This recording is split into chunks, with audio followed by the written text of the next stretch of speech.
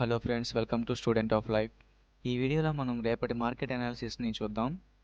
Mainly Nifty 50 అలాగే bank Nifty support and రెసిస్టెన్స్ని తెలుసుకుందాం.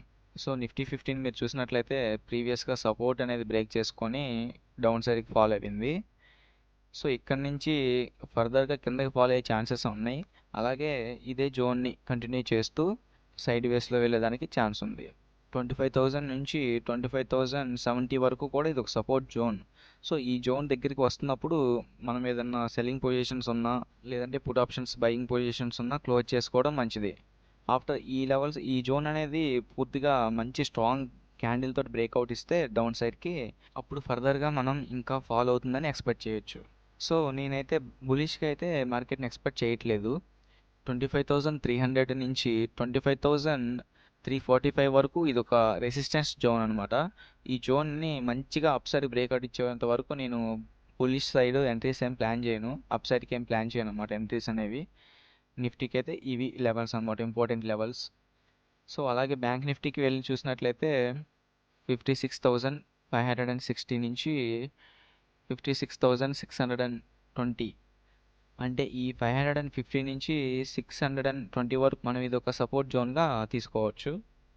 So ఎప్పుడైతే ఈ జోన్ని ఎన్ని పాయింట్స్ ఉందండి ఈ జోన్, సో ఈ 70 పాయింట్స్ ఉన్న జోన్ని స్ట్రాంగ్గా డౌన్ సైడ్కి బ్రేక్అవుట్ ఇచ్చినట్లయితే మనం డౌన్ సైడ్కి ప్లాన్ చేసుకోవచ్చు.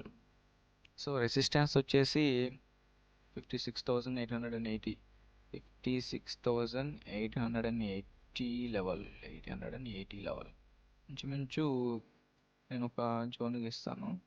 ఇక్కడ నుంచి 880, 56,800 నుంచి 56,850, ఈ 50 పాయింట్స్ జోన్ని అప్ సైడ్కి బ్రేక్ చేస్తే నేను ఫర్దర్గా అప్ సైడ్కి ప్లాన్ చేసుకుంటాను.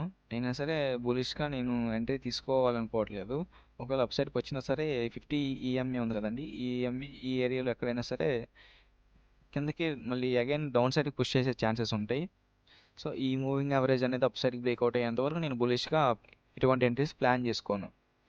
సో ఈ 50 ఈఎంఏ అనేది అప్ సైడ్కి బ్రేక్అవుట్ అయ్యేంత వరకు నేను ఫర్దర్గా బులిష్గా సో ఈ 50 ఈఎంఏ అనేది ఇక్కడ ఈ లెవెల్స్కి బ్రేక్అవుట్ వచ్చిన తర్వాత అయినా సరే ఈ 50 ఈఎంఏ రెసిస్టెన్స్గా వర్కౌట్ అయ్యే ఛాన్సెస్ ఉంటుంది.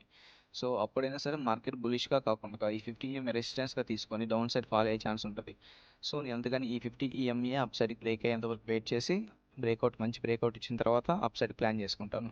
సో ఇది గాయస్ ఇవాళ వీడియో. నా వీడియో కానీ మీకు నచ్చినట్లయితే లైక్, షేర్ అండ్ సబ్స్క్రైబ్.